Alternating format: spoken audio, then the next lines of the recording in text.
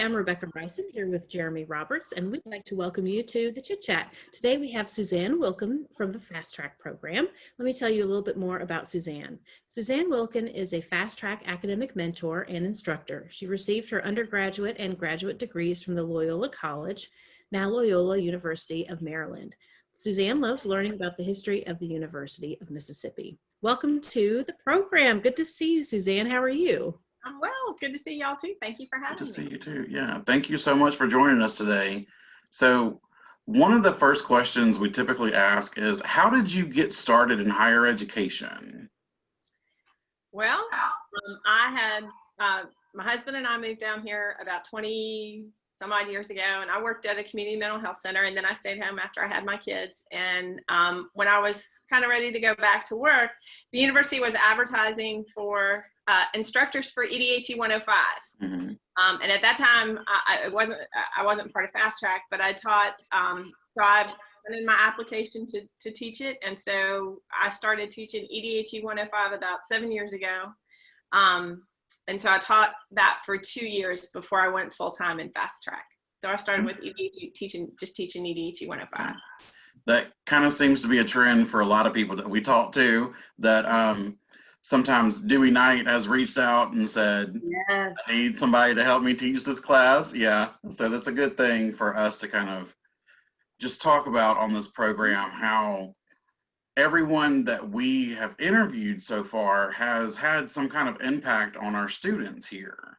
Mm-hmm. And you definitely have had an impact with the Fast Track program. So could you tell us a little bit about your role in Fast Track and what you do with the students to prepare them academically for their college journey? Sure. So all of the Fast Track, an academic mentor has a couple of different roles. One of the most prominent is that we do teach EDHE 105. We all teach 2 sections of EDHE 105. But really our whole mission is to help students be successful here at the university. And as Ms. Jackie, our advisor, likes to say, we try to help them marry the University of Mississippi, which has very high academic requirements, and Ole Miss, which is a whole lot of fun. Mm-hmm. So we help them try and find the balance, and that can look a lot of different ways. That could be anything from really honing in on their study skills and helping them learn what are some really, really good study skills, time management. Sometimes it's helping them find a club, helping them find kind of where they fit in. And sometimes it's just talking to them, just sort of being someone who, when they're not showing up for class, sending them an email and saying, hey, you're being missed. Mm-hmm. What's going on? And then they know, oh, somebody is missing me. Somebody does want to know where I am. So we do those kinds of things. But our whole mission is to just help them understand that this is their home now, and to really feel integrated into the community and a part of the community, and finding those spaces that help them excel. And so we are in the midst of a pandemic right now, as you're aware, and this pandemic keeps stretching on and on and on. So has your role looked a little bit different now that we're in the pandemic, or how has things changed in terms of helping students during COVID?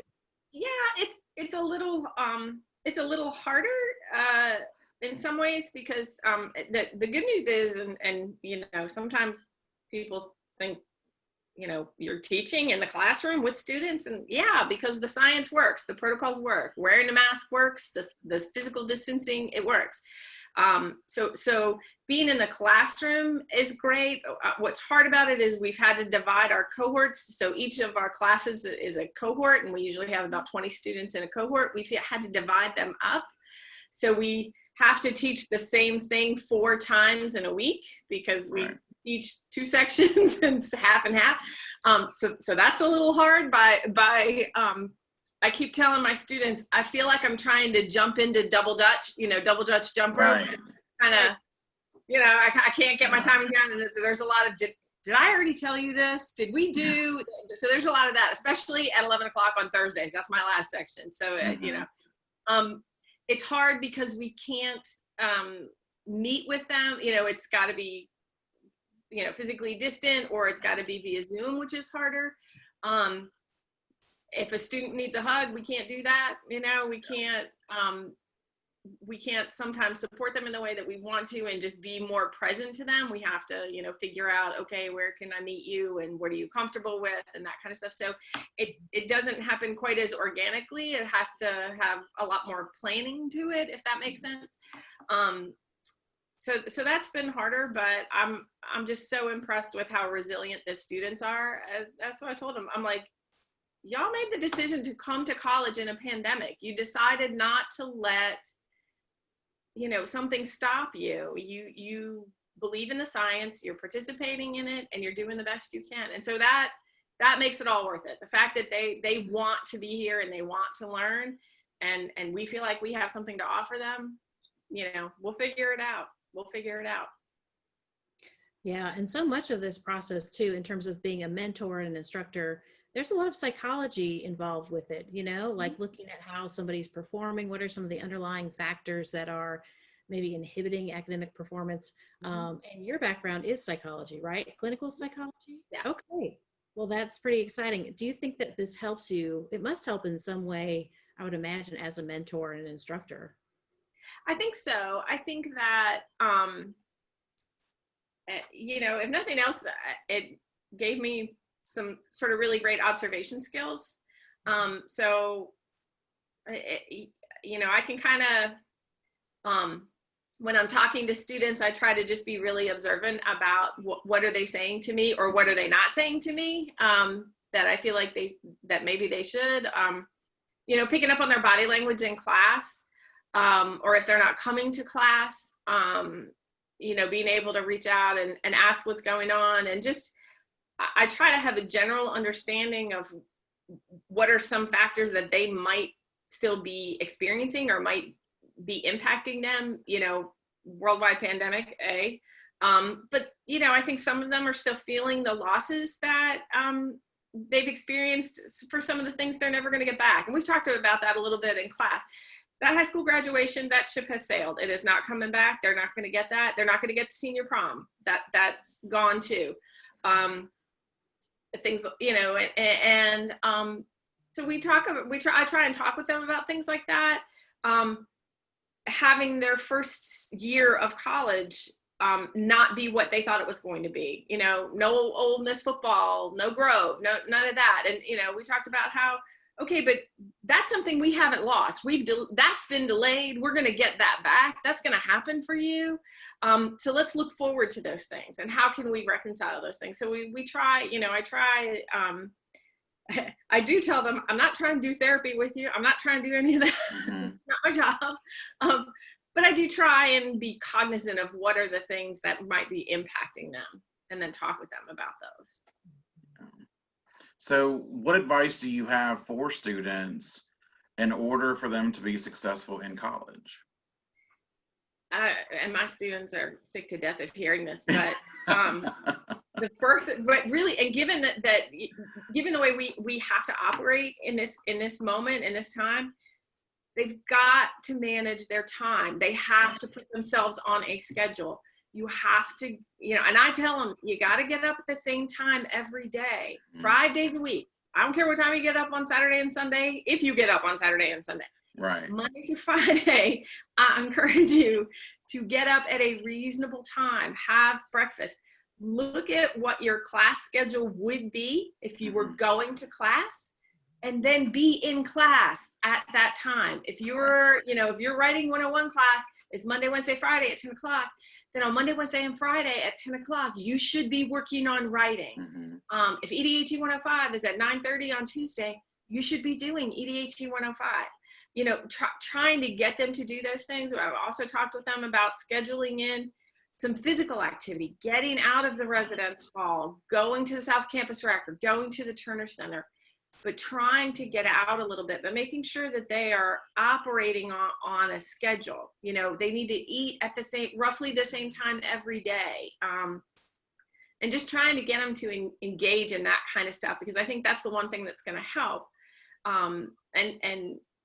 You know, and in some ways it's an issue for college students all of the time, not just during the pandemic, but, you know, for the last 12 years of their lives, they've been told what time they're going to school, when they're changing classes, what time they're having lunch, and then when the school day ends. And then after that, maybe it's practice or a job or something like that. But here they have to manage all of that themselves. And some of them don't really realize that until you tell them, hey, the day starts when you open your eyes and you want breakfast and you realize you live in a building that has no food. Mm-hmm. And now you have to manage, am I going to, do I have time before I go to class? And all that kind of stuff, they now have to manage that. And so time management, Dewey Knight mantra, the key to success is time management. And I think he's right. Yes, I mean, absolutely. And sometimes it's those midterm grades, I feel kind of similarly, I want to make sure I give my students as much information as possible. And I think for some of them, it just takes the midterm grade time to go, oh my gosh, okay, now I remember what my instructor was telling me. And you've also really helped a lot of probation students too. EDHA 101, Academic Skills for College, you've taught that class. What are some skills, techniques, things you'd like for probation students in particular to kind of keep in mind, or if you have advice for them? One of the things I teach it both in 105 and 101, but I really kind of hit it pretty hard in 101 because I think it can be really helpful to those students who struggle academically. I teach them the Pomodoro method, which is a task management method, because it breaks down the tasks. And I think that for students most of the students who end up in EDHE 101, I think they're really good students. And it's not that they're not smart, or it's not that they can't do this. They can. They just weren't ready. They just couldn't, they couldn't figure it out, in time, right? And some of them woke up, but it was a little late in the semester, and that's okay. And that's what I try and tell them. It's like, look, you're okay. This is EDHE 101. We're just going to practice some stuff. You're in good shape, but I try and give them tangible things, tangible skills that can make things a little bit less overwhelming. The Pomodoro method, I think, is one because it really breaks the tasks down for them. And it can keep them moving through things so that they don't feel so overwhelmed, because you can do pretty much anything for 25 minutes, right? You can, right. And that's what I tell them, like, look, set your timer for 25 minutes. In 25 minutes, you can knock out a topic sentence and part of an outline for a Writing 101 paper, and you can schedule your appointment at the Writing Center. Mm-hmm. So those are all, you can do all three of those things in 25 minutes. Mm-hmm. So getting them to see how to break things down and keep it moving through the day, right? So you can come back to it. You don't have to sit in a block and think for the next 4 hours, all I can do is history. First of all, that's not going to work. You're going to stop focusing at about 45 minutes in, and the rest is going to be lost. So, and for some of them, that's a real revelation they think when they have to study a subject, they just have to sit there for hours. And the other thing I explain, and this is a circular definition, but I can't figure out another way to say it, is that studying is an active activity. It's not sitting reading your notes. You need to be doing something with the information. Don't just sit there and read it. And so I try and, teach them all kinds of things to work with their notes, concept maps and flashcards, and just getting up and teaching it, to a fellow student, or writing on a whiteboard, going to the library, writing on a whiteboard or something like that, but get them actively engaged in the material and not just sitting reading in a very passive way, because that's not going to work. Yeah, and going from students to parents, we get a lot of parent phone calls. I'm sure y'all get some parent phone calls too. And going through orientation, the student comes in with their parent. So what advice do y'all have for parents in the Fast Track program? So one of the good things, we do a parent panel and a parent Q&A rather, but we don't let the parents come into the advising session. that the students, that's the students' first foray into independence. Right. Is that they have to come into advising, and we handle that because we know what we're doing. Right. And I know mom and dad love to help write a schedule and stuff like that. I think one of the biggest things we try and explain to mom and dad is that it is a time of independence. I did have a dad ask me earlier this year, he says, what am I supposed to tell my kid when she keeps calling us with these questions? And I said, you refer her back to me, because Yeah. I'm the answer. And he was like, oh, right, thanks. But we really try and help parents understand that we are going to be able to advocate for their students here, and that's our job, right? That's what we want to do. That's what we do. So it's okay for them to refer the student back to us. FERPA doesn't allow us to give a lot of information Right. to parents, and so we try not to. Now, if we have a student that we feel is having some significant issues or something like that, and definitely we call and say we've got a problem. But we try and just tell the parents, we listen, we tell them, we understand, we try and be as compassionate as we can, and then we try and let them know, for a lot of students, this is part of the process. This is part of the learning process. This is part of the growing process.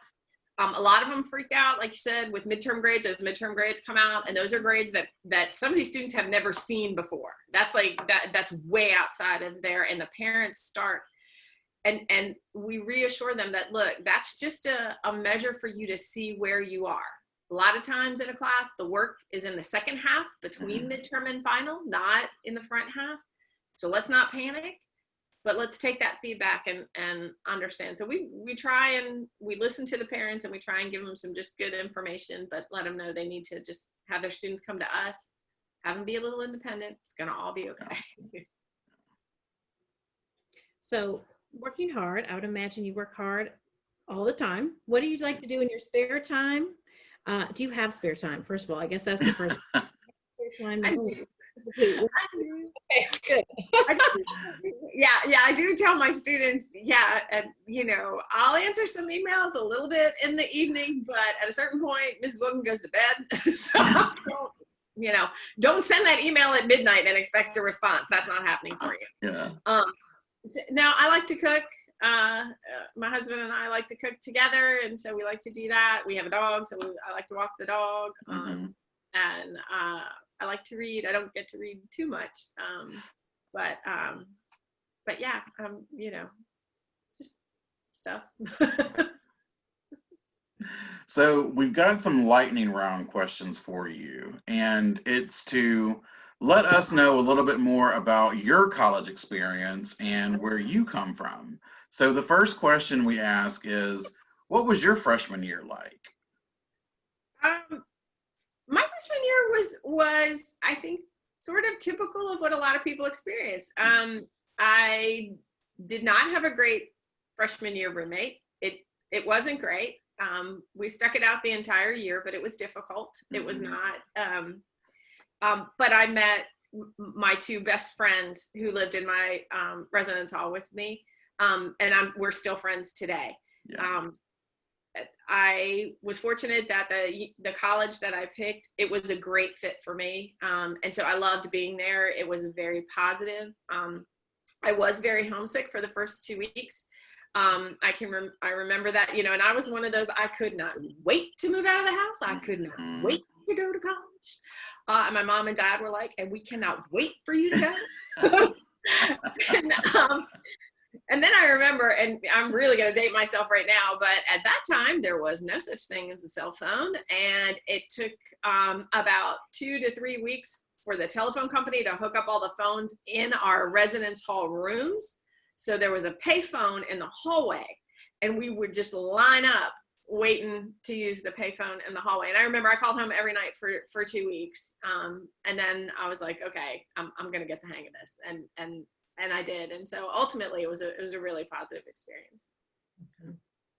And the next one is, have you had a professor or a mentor in your life that you found to be particularly inspirational for you in your own journey? I was fortunate to have two. My 8th grade English teacher, Mrs. Audrey Starr, bless you, Miss Starr, wherever you are right now. She was just a great teacher. She made everybody in the class feel like they counted. She listened to us. And as an 8th grader, you don't feel like a lot of people are listening to you. And she did listen to us. And she was our English teacher. And I just really, she's been with me, in my mind ever since. I can still hear some of the lessons. When I write, I can still hear Miss Starr in my head. And the other was Dr. Faith Gilroy, who was my advisor in the psychology department at Loyola College. She was just a wonderfully patient, kind, amazing woman. I had never met a woman who had a PhD before until I went to college, and and she was great. And so I was fortunate that she was my advisor all 4 years, and I really appreciated her guidance. She was wonderful. Well, we appreciate you being on here. Do you have any final thoughts or things you wanted to share? I just wish everybody well. I hope everybody masks up, physically 6 feet apart, take care of yourselves, wash your hands, use the sanitizer, and we shall all persevere, and this will come to an end. As Dr. Jeannie Gispin at the Employee Health said, the greatest minds in science are working on a solution, and so we're all going to get there. We're all going to get there. Well, thank you so much for joining us, and thank you for all the stuff that you do for your students and on campus. You do a lot of great things, and thanks for everyone for joining us. Feel free to check us out on social media. And of course, we're in a podcast format as well, Spotify and a bunch of other ones. So check us out, and we will see you next week. Thanks. Bye.